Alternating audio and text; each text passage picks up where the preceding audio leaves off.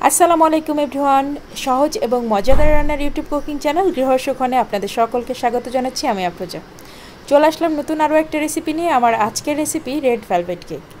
Red velvet কেকটা বানানো সবাই মনে করেন খুবই কঠিন ব্যাপার, বাট আজকে আমি খুব সহজে আপনাদেরকে রেড ভেলভেট কেক তৈরি করে দেখাবো এবং এটা এতটাই সহজ যে যে কেউ বানাতে পারবে। আমি আসলে চাঁদ রাত্রে বানিয়েছিলাম রেড ভেলভেট কেকটা, ঈদের উদ্দেশ্যে বানিয়েছিলাম। যেহেতু ঈদের দিন তাই ডেজার্ট আইটেম হিসাবে রেড ভেলভেট কেকও ছিল। আমার বাসায় ছোট থেকে বড় সবাই এই কেকটা খুব পছন্দ করে। আর আজকে আমি এই কেকটা খুবই ইজিভাবে তৈরি করেছি। যেহেতু আমি অনেক রান্না করেছি তার কারণে এই কেকটার পিছনে খুব বেশি আমি টাইম দিতে পারিনি, আর খুব সহজে আমি এটা ডিজাইন করেছি এবং খুব সহজভাবে এই কেকটা বানিয়েছি। যারা একেবারে কেক বানাতে পারেন না তারাও কিন্তু আমার আজকের রেসিপিটা ফলো করলে এভাবে সুন্দর রেড ভেলভেট কেক তৈরি করে বাসার সবাইকে খাইয়ে চমকে দিতে পারবেন। তো চলুন আমার আজকের রেসিপিটা শুরু করি। আশা করছি আপনাদের উপকারে লাগবে। তো ভিডিওটা ভালো লাগলে অবশ্যই like, share and subscribe my channel and follow my Facebook page Grihasukhan. কেকটা তৈরি করার জন্য আমি এখানে ময়দা নিয়েছি 1.5 কাপ পরিমাণ মেজারমেন্ট কাপের, আর গুঁড়া দুধ নিয়ে নিলাম মেজারমেন্ট কাপের 1/2 কাপ পরিমাণ। আর এখন এখানে দিয়ে দেব বেকিং পাউডার দিয়ে দিলাম 2 চা চামচ পরিমাণ। এখন সব শুকনো উপকরণ একসাথে মিশিয়ে নিচ্ছি।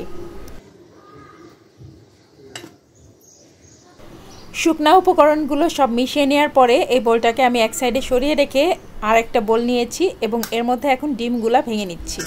আমি আজকে 4টা ডিম দিয়ে কেক বানাবো।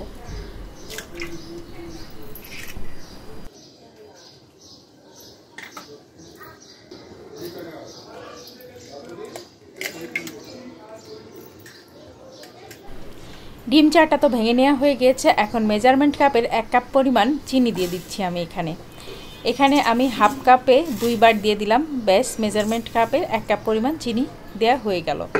এখন অল্প একটু লবণ দিব আর কয়েক ফোঁটা ভ্যানিলা এসেন্স দিব।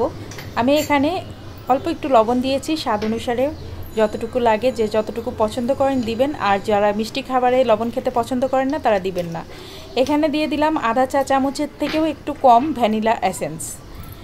আপনারা যেই এসেন্স খেতে পছন্দ করেন সেই এসেন্সটাই দিতে পারেন। আর দিয়ে দিচ্ছি জেল ফুড কালার, ফোস্টার ক্লার্কসের জেল রেড ফুড কালারটা। এখন এটাকে ইলেকট্রিক বিটার দিয়ে বিট করে নিচ্ছি।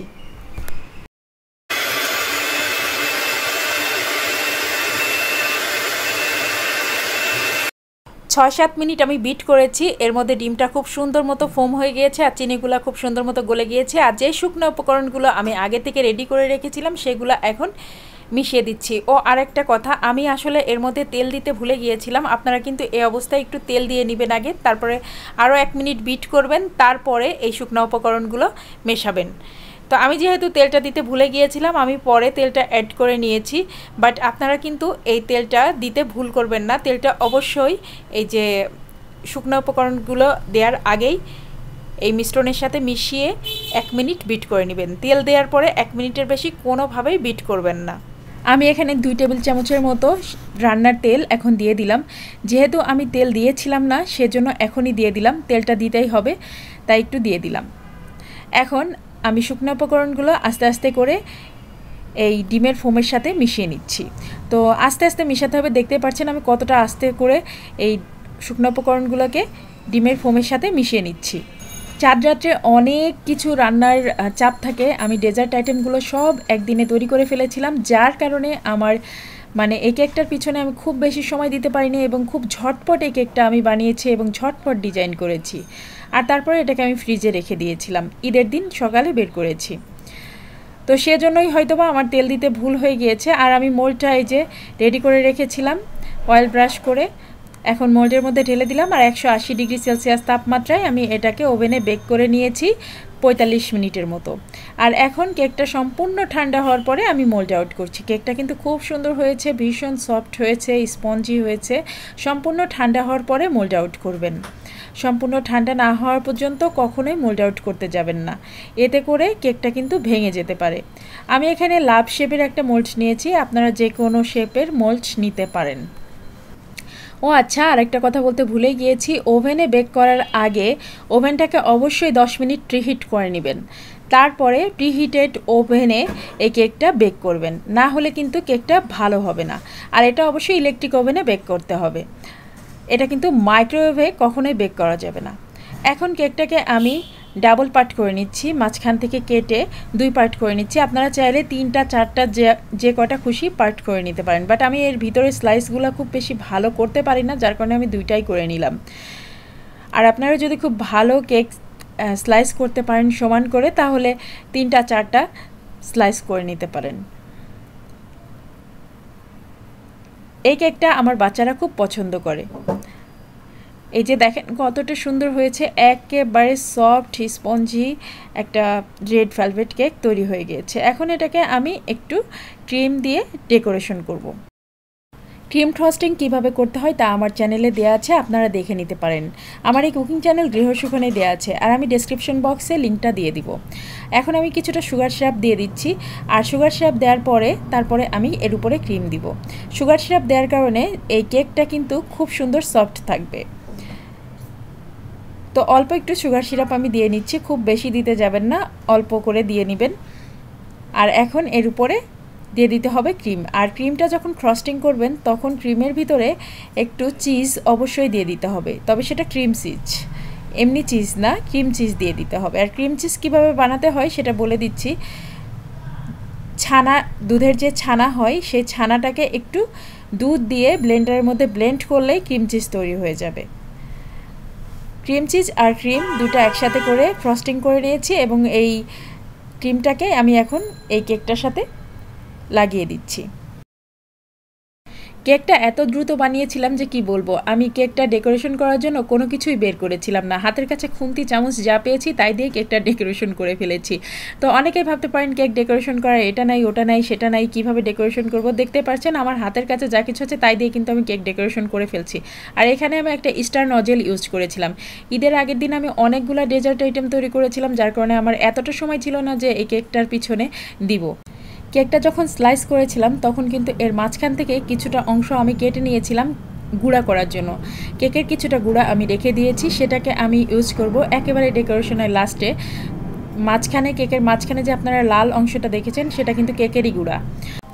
আর আমি একদম ভালো করে কেকের ডিজাইন করতে পারি না, তারপরেও দেখেন কেকটা কিন্তু দেখতে খারাপ হয়নি, যথেষ্ট ভালো হয়েছে, আমার কাছে ভালোই লাগছে। এখন আপনাদের কাছে কেমন লাগছে সেটা তো আমি বলতে পারবো না, তবে যদি ভালো লাগে তাহলে অবশ্যই আমাকে কমেন্ট করে জানাবেন। এজন্যই বলেছিলাম যারা একদম কেক বানাতে পারেন না তারাও আজকের রেসিপি দেখলে কেক বানাতে পারবেন। মানে আজকের রেসিপিটা এতটাই সোজা, দেখতেই পাচ্ছেন আমি কতটা সহজভাবে এই কেকটা কতটা দ্রুত বানিয়ে ফেলেছি। জাস্ট কেকটা হয়েছে 1 ঘন্টার মধ্যে, ঠান্ডা হয়েছে, আর তারপরে আমি কেকটা ডিজাইন শুরু করে দিয়েছি। আর এখন হচ্ছে কেকের নিচ থেকে একটু বর্ডার করে দিচ্ছি, ওই স্টার নজেল দিয়ে হালকা হালকা করে একটু বর্ডার করে দিচ্ছি। আমার বাসায় প্রচুর কেক তৈরি করা হয়, আপনারা কেকের ভিডিও আমার চ্যানেলে অনেক পাবেন, অনেক কেকের ভিডিও আছে। তো যার যেটা খুশি সে সেটা দেখে নিতে পারেন। আর আমার চ্যানেলে কেকের রেসিপিগুলো খুব সহজভাবে আমি দেখানোর চেষ্টা করি। ইনশাল্লাহ আপনারা যারা কেক বানাতে পারেন না তারা কিন্তু খুব সুন্দর করে আমার এই রেসিপি ফলো করে কেক বানাতে পারবেন। এখন কেকের এই গুঁড়াগুলো মাঝখানে দিয়ে দিচ্ছি এভাবে করে, আর এতে করে কেকটা দেখতে আরও বেশি সুন্দর লাগছিল। তো এই তো ছিল আমার চাঁদ রাত্রে রেড ভেলভেট কেক বানানো। আর কেকটা বানিয়ে আমি এখন এটাকে ফ্রিজে রেখে দিব, এবং ঈদের দিন সকালে আমি এটাকে বের করেছিলাম। এই যে দেখতে পাচ্ছেন কেকটা কত সুন্দর একটা কেক হয়েছে, মাশাআল্লাহ অনেক ভালো লাগছে দেখতে।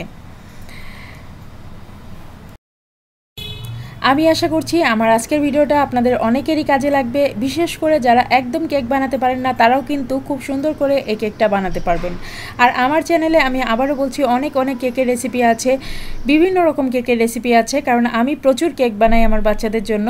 তাই আপনারা কিন্তু আমার চ্যানেল থেকে বিভিন্ন রকম কেকের রেসিপি নিয়ে কেক বানাতেই পারেন, এবং খুব সুন্দরভাবে সহজভাবে রেসিপিগুলো দেখানো হয়েছে যেন আপনারা খুব সহজে বানাতে পারেন।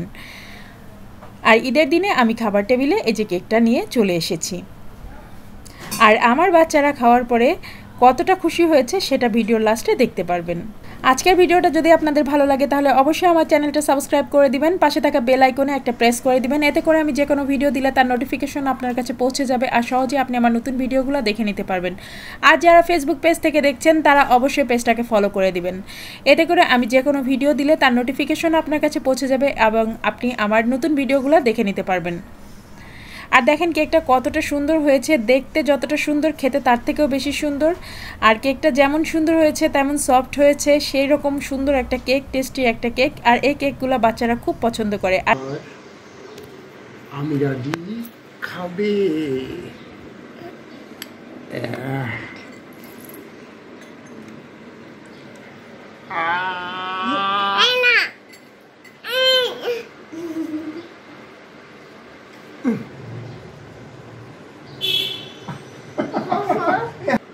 আব্বু